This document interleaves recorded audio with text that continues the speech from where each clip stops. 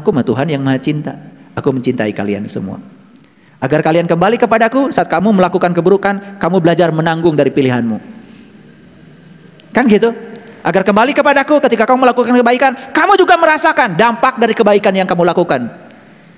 Semua hukum sebab akibat kamu rasakan sendiri. Keren gak? Keren. Itu ngaji mah. Kenulah. Rada panjang sedikit ngaji. Jadi kalau kita ingin mendengar perkataan Allah di mana? Sederhana kok. Lihat perkataannya dalam sinar matahari pagi yang indah. Nih, lihat di luar. Sinar matahari indah gak di luar? Sedang apa Allah? Sedang berbicara kepada kita lewat sinar matahari yang indah. Bisa menangkap pembicaraannya? Coba lihat saya semuanya. Begitu lihat sinar matahari, apa yang terbaik, yang terpikirkan oleh Bapak Ibu? Allah sedang berbicara apa? Dengan sinar matahari ini, aku tumbuhkan semua biji-bijian di bumi yang kamu tanam. Dengan sinar matahari ini aku bakar seluruh bunga agar mengeluarkan bunga-bunga yang indah. Dengan sinar matahari ini aku hidupkan bunga-bunga berwarna-warni. Tanpa ada sinar ini tidak ada kehidupan, kata Tuhan. Betul? Sedang bicara nggak Allah? Bisa nggak menangkap bahasanya? Kenapa tidak bisa menangkap? Karena tidak punya pengetahuan. Lihat sinar, sinar aja. Lihatlah perkataannya dalam sebagai bentangan alam yang tanpa batas. Coba malam-malam tengadahkan kepala kita ke ruang kosong tanpa batas, dan kita tidak bisa melihat batas-batasnya sama sekali. Di situ kita mengatakan Allahu Akbar. Ruang tanpa batas ini sedang bicara kepada kita. Bicara apa? Bicara apa? Bicara bahwa aku tanpa batas, aku maha luas. Perlu bahasa tertentu gitu untuk bicara dengan Tuhan? Tidak. Lihatlah perkataannya dalam hembusan angin yang sejuk. Coba. Lagi diam seperti ini, sir, angin sejuk. Bisa menangkap perkataan Allah di situ? Bisa? Apa kata Allah? Kenapa ada angin? Kenapa ada angin? Apa sih angin itu? Angin adalah udara yang bergerak. Kenapa udara bisa bergerak? Udara bisa bergerak karena perbedaan tekanan udara. Udara bergerak dari yang tekanan tinggi ke tekanan rendah. Kenapa di bumi ini ada tempat tekanan udaranya tinggi, tekanan udaranya rendah? Kenapa? Oh, karena matahari menyinari tanah, menyinari laut. Tanah disinari, lambat menerima panas, lambat melepaskan panas. Air cepat menerima panas, cepat melepaskan panas. Sinar mataharinya sama satu, tapi menyinari tanah dengan air, sifatnya jadi berbeda. Terjadi perbedaan suhu. Perbedaan suhu menimbulkan perbedaan tekanan. Terus ngomong kita, Allah sedang bicara kepada kita. Jadi dari semilir angin saja kita bisa lihat bagaimana af'alnya Allah luar biasa. Kalau tidak ada matahari, tidak ada yang namanya angin. Karena untuk adanya angin harus ada udara yang bergerak. Udara yang bergerak karena ada matahari. Pengetahuan bukan? Kita menemukan kebenaran di situ karena kita punya pengetahuan. Kalau enggak, ya sudah. Aneh aja. Nunggu malam Lailatul Qadar, nunggu angin berdiam katanya. Kumaha? Angin sendiri udara yang bergerak. Angin di mana yang diam? Di alam semesta tidak akan pernah ada angin yang diam. Angin sendiri artinya udara yang bergerak. Makanya ada angin darat, angin laut. Lihat nelayan. Mereka pergi siang hari, malam hari. Puting. Kenapa? Karena malam udara bergerak dari darat ke laut. Siang nelayan balik. Karena siang udara bergerak dari laut ke darat. Gimana itu udara bisa bolak-balik? Itu yang disebut dengan peristiwa konveksi. Jadi udara itu berputar ke atas tuh, ke bawah. Bukan bolak-balik di sini, bukan garis, ke atas. Kenapa bisa ke atas? Karena ada perbedaan tekanan atmosfer. Lebih jauh lagi kalau saya kuliah ini gak selesai sampai sore. Hanya cerita angin saja. Nah itulah, ketika angin menerpa aja kita bisa berbicara dengan Allah. Lihat perkataannya dalam hembusan angin yang sejuk. Lihat perkataannya dalam keindahan keheningan yang damai. Dengarkan perkataannya dalam gemericik daun. Dengarkan perkataannya dalam gemericik air yang mendamaikan. Air di rumah saya gemericik terus. Saya senang dengar itu karena saya mendengar perkataan dia. Kenapa kok air bisa berbunyi? Coba, pernah berpikir? Loh, kalian nggak pernah mikir. Nah, air itu bisa disada. Kenapa bisa berbunyi? Ketika air mengalir, sebetulnya air itu punya lapisan-lapisan.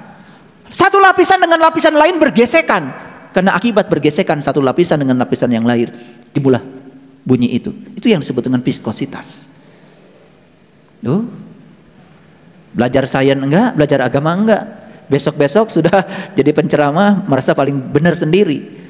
Mulai ya menawar-nawarkan surga, menakut-nakuti neraka kemana-mana. Lucu, dia sendiri belum pernah masuk ke surga, nawarin ke orang. Tuh, yang kayak gitu kan banyak ya yang suka. Lihatlah perkataannya dalam cahaya mata teman-teman kita. Ayo lihat saya semuanya. Begitu ke teman-teman kita, bisa nggak melihat perkataan dari cahaya yang terpancar dari teman kita itu? Saya menangkap kesedihan dari teman kita ini. Jangan-jangan nggak punya ongkos, nggak usah ditanya. Buka duit tuh, rek mere nanya heula, rek mere mah merewe. Begitu ketemu berkaca-kaca, cahaya tuh datang dari matanya. Ada bahasa itu. Bahasa sih, itu bahasa Allah. Cek Allah teh tulungan sih ya karunya. Bisa nggak menangkap bahasa Tuhan dari pandangan orang-orang yang bertemu dengan kita? Itulah. Semuanya menjadi tidak tertangkap. Sibuk mencari Tuhan yang gaib. Yang nyata kita abaikan. Padahal Allah udah bilang, Inna rabbaka ahata binas. Sesungguhnya Tuhanmu meliputi segala manusia. Tuhan ada di sini, di sini, di sini, di sini. Dia berbicara. Masa tidak bisa menangkap kesusahan orang ketika ketemu dengan kita? Masa tidak bisa menangkap? Siapa yang sedang berbicara? Bukan dia, Allah. Cuman bilang kata Allah, aku sudah titipkan rezeki pada kamu. Tolong dong bantu ini. Begitu kita bantu dia, itulah memuja Allah yang sebenarnya. Aneh. Di masjid Allah dipuja, dipuji. Tetapi dengan tetangga nggak akur. Di masjid Allah dipuja, dipuji. Sebangsa setanah air saja selalu saja menebarkan perpecahan. Manusia macam apa yang semacam ini? Tidak punya cinta kasih dalam dirinya. Kalau orang sudah kenal kepada Allah, welas asihnya muncul. Bahkan welas asih tidak lagi dibatasi oleh keyakinan dan agama pada siapapun juga.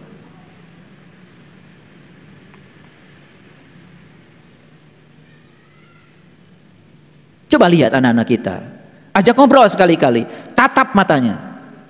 Allah akan berbicara lewat matanya anak kita. Mungkin saja anak-anak kita saking hormatnya kepada kita, ada sesuatu tak terkatakan, tetapi bahasa mata di dalam dirinya bisa kita tangkap. Betul? Masa udah lama kita punya anak gak kenal-kenal sama anak kita. Udah lama kita punya pasangan hidup gak kenal-kenal sama pasangan hidup kita. Pengennya apa, masa tidak tertangkap? Kan pesannya sederhana, karena kita harus peduli pada mereka. Sekali lagi para sahabat, Tuhan Allah tidak akan pernah ditemukan di buku tentang Allah. Kalian pergi ke toko buku mencari buku tentang Tuhan, dan kalian mengatakan mencari Tuhan, Tuhan yang dicari ada pada seorang pencari. Kita pergi ke toko buku mencari buku tentang Tuhan, Tuhan sendiri ada pada diri kita yang mencari. Tidak ada di buku itu. Dibaca berlembar-lembar, kamu hanya mendapatkan informasi tentang Tuhan hanya berdasarkan persepsi si penulis buku itu. Tuhan tidak bisa diterangkan, Tuhan tidak bisa dijelaskan. Tuhan hanya bisa ditemui dan dirasakan oleh mereka yang tahu ilmunya, tahu caranya. Walillahi al-nasijul bait.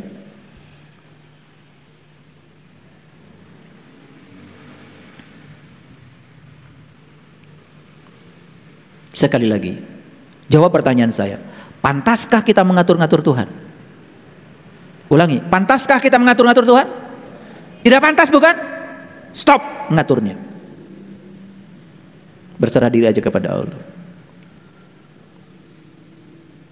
Mengatur-ngatur Tuhan sama saja dengan menganggap seakan-akan Tuhan tidak tahu apa yang harus Tuhan lakukan.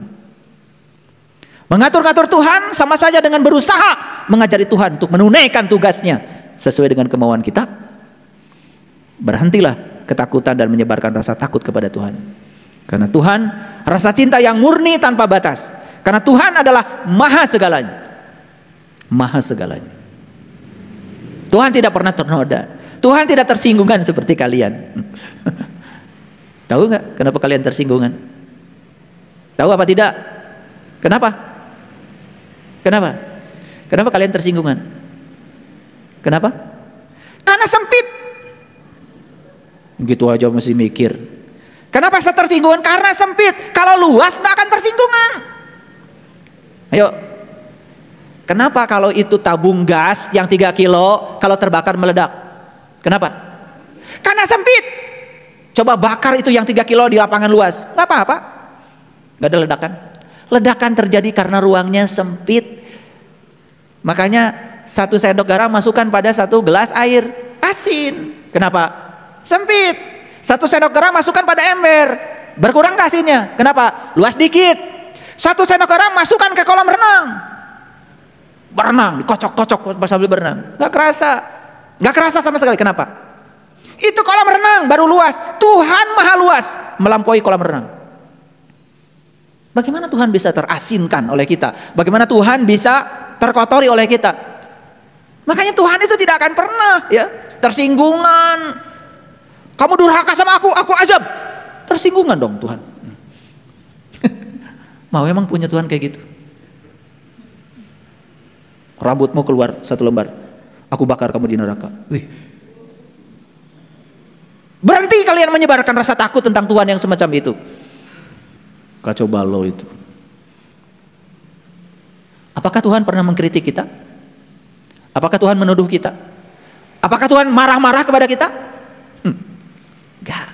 Mengkritik pun Tuhan tidak. Biarkan aja. Silahkan, bebas. Semua ada pada kamu. Cuma Tuhan, aku ajarkan kamu untuk bertanggung jawab pada semua pilihanmu. Enggak pernah dikritik gitu. Karena yang mengkritik itu kan biasanya yang merasa dirinya paling benar. Dan hebatnya Tuhan yang maha benar tidak pernah mengatakan dirinya paling benar. Itu Tuhan begitu. Cuma Tuhan bilang, berhentilah melakukan kesalahan dan menganiaya makhluk lain. Dan setelah menganiaya makhluk lain kau minta ampun kepadaku. Besok menganiaya lagi, datang lagi minta ampun. Berhenti kayak gitu kata Tuhan. Tuhan cuma begitu aja. Kalian habis nyakitin tetangga, Tuhan minta ampun tadi nyakitin tetangga. Besok itu lagi. Tuhan hanya pengen begitu aja kok. Berhenti kamu melakukan kesalahan, menganiaya makhluk lain, nyakitin orang lain, berhenti. Peduli ada pada orang lain. Kalau kamu membahagiakan makhluk lain, kamu membahagiakan aku. Kan sering saya ulang-ulang diskusinya kan. Nabi Musa kan ditegur sama Tuhan. Kenapa Musa ketika aku sakit tidak menjenguk aku? Kata Musa, bagaimana kau bisa sakit Tuhan? Tetanggamu yang sakit. Kalau tetanggamu yang sakit dijenguk sama kamu, kamu menjenguk tetangga yang sakit, kamu menjenguk aku. Itulah cara memuja Tuhan yang keren. Saya mau nanya, kita ini selama ini memuja Tuhan di kehidupan atau di masjid? Di kehidupan apa di masjid? Kebanyakan di masjid. Di kehidupan kita merendahkan Tuhan. Dengan cara merendahkan orang-orang lain yang dianggap lebih rendah dari kita. Suka menghina orang lain? Menghina siapa itu? Menghina Tuhan. Suka mengabaikan pertolongan pada orang lain? Jujur, suka kan? Mengabaikan pertolongan kepada Tuhan. Jadi memuja Tuhan yang sebenarnya adalah berbuat baik kepada sesama. Itu yang keren. Ini udah aplikasi nih belajar tauhid. Ya. Makanya saya hanya ngelihat perilaku kalian ketika menghargai orang lain. Jadi saya akan lihat seberapa tinggi sih tauhid kalian itu. Seberapa hebat kalian memperlakukan orang lain. Itu saja yang saya lihat. Kalau tidak ada kepedulian mau cerita, wah saya mau masuk ke alam cahaya gini gitu, udah nggak saya dengar. Menyumbang aja ngitungnya setengah mati. Makanya kata Allah dalam Al-Quran, tidak ada dosa kecuali mengkhianati Tuhan. Maka diabadikan dalam Quran surat An-Nisa ayat 48. An-Nisa 116. Innallaha la yaghfiru ayyushraka bih wa yaghfiru ma dzuna dzalika liman yasha.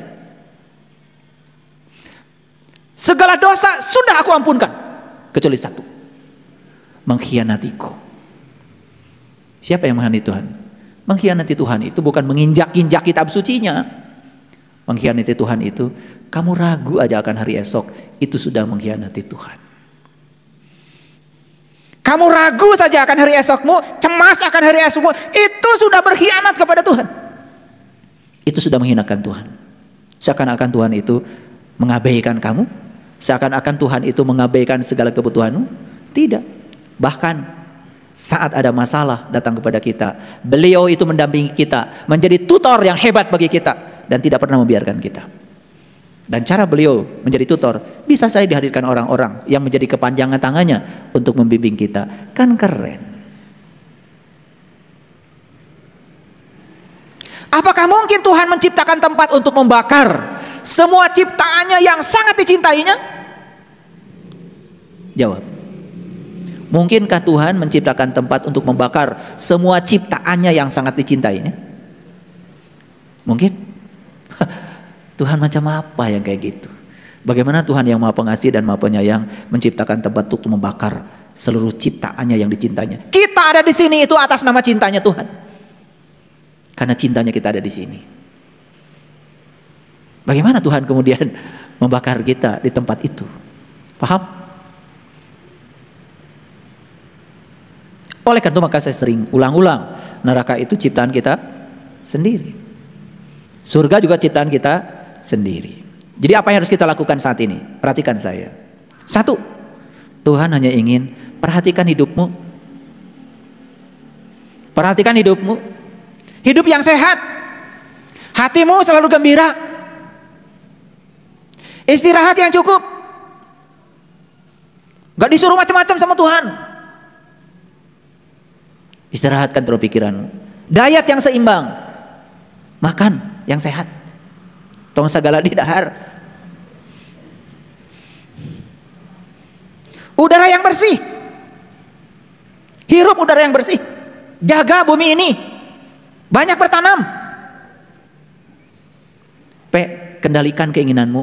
Karena keinginanmu lah sumber penderitaanmu. Sinar matahari yang cukup. Hudang atau hudang.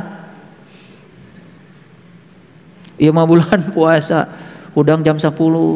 Duh kumaha. Jam 12 kakak hudang geus kitu ngabuburit, killing time. Ngabuburit itu tidak bagus. Berarti ngabuburit itu tak ikhlas. Hayang buru-buru burit itu killing time. Iya asa pang bener na wae. Urang ngaos yuk. Hitung-hitung ngabuburit. Supaya poho cenah puasana eta teh ikhlas. Killing time. Dipapalarkan ku ngaji. Asa bener. Makanya banyak tuh ajakan di YouTube ya. Ngabuburit. Ngarilu deh. Itu membunuh waktu. Tidak usah bunuh waktu. Waktu itu berharga. Lakukan yang berguna dengan waktumu. Aduh, kumaha ieu teh nya? Di tahun ke tahun teh tahu peningkatan nu ningkat dengan macet tungkul.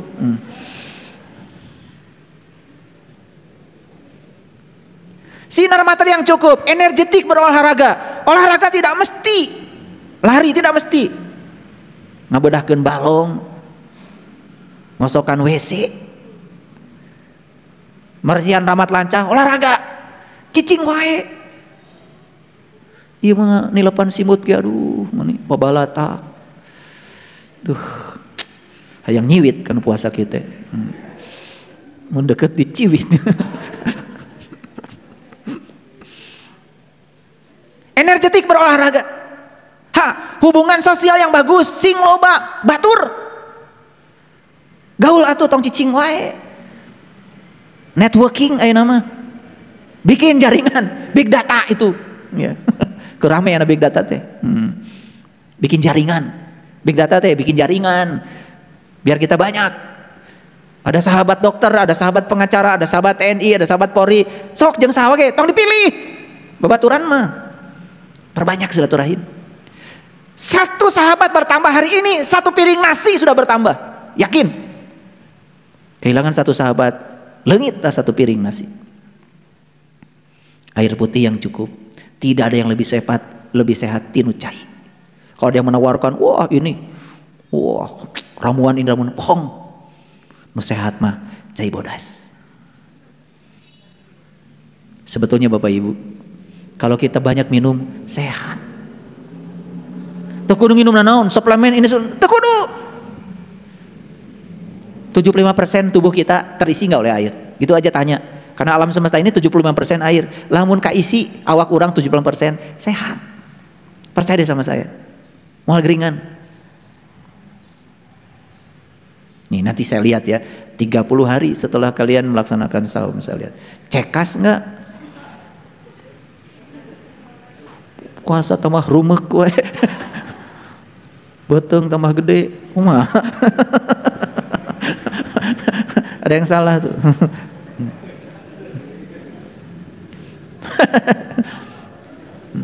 Satu, perhatikan saya. Nah, yang terakhir T, Tuhan yang utama. Jadikan Allah the topmost priority. The topmost priority. Apa maksudnya? Jadikan dia sebagai penggerak hidup kita. Kenapa Anda bekerja? Karena saya dipakai Allah menjadi kepanjangan tangannya untuk memerankan peran saya. Karena saya sedang melayani orang-orang yang butuh pertolongan Allah lewat tangan saya. Keren, bismillahnya. Kenapa bekerja? Atau teu didamel mah abdi moal gaduh artos. Maka teu boga duit wae saya mah. Dan niatnya salah. Yang menggerakkan dia itu rasa takut. Makanya hidupnya penuh dengan ketakutan, takut kekurangan, takut besok gak makan, makanya kurang terus. Utang loba, cicilan teu kabayar.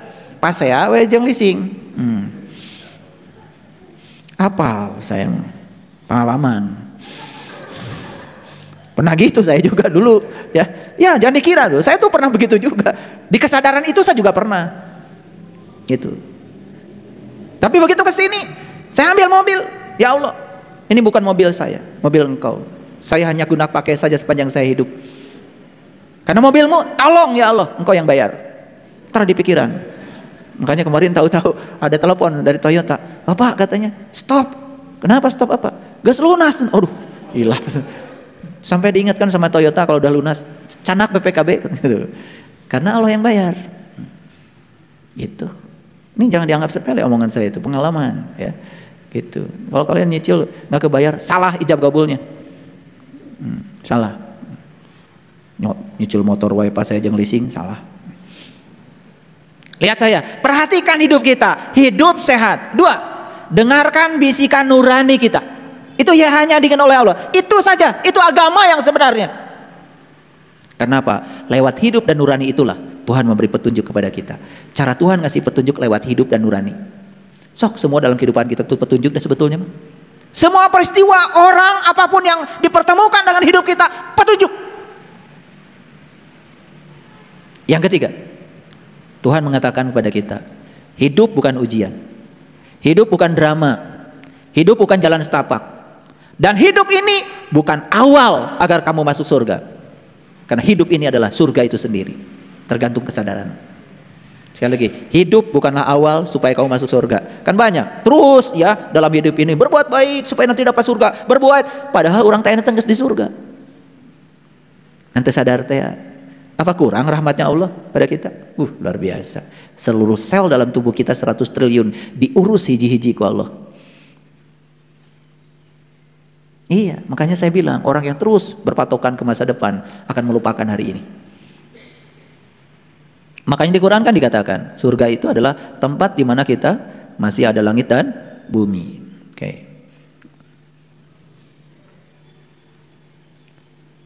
Apa pelajaran dari Allah untuk kita? Perhatikan. Hiduplah seakan-akan tidak ada kehidupan setelah kematian. Agar kita lebih menghargai dan berhati-hati terhadap hidup yang kita jalani sekarang. Mohon maaf, kenapa di Islam hampir tidak pernah dibicarakan konsep reinkarnasi. Walaupun reinkarnasi itu hukum alam. Karena pesan leluhur kita luar biasa. Supaya kita waspada dengan kehidupan yang sekarang. Lamun di beja-beja aya reinkarnasi, bisi maneh teh ngabogaan keyakinan, teu naon dan gege balik deui. Itu hebatnya leluhur kita. Ditutup rapat yang itu gak pernah dibicarakan. Kalau itu diumbar dibicarakan, bisi. Maneh teh ngabogaan kayak kieu.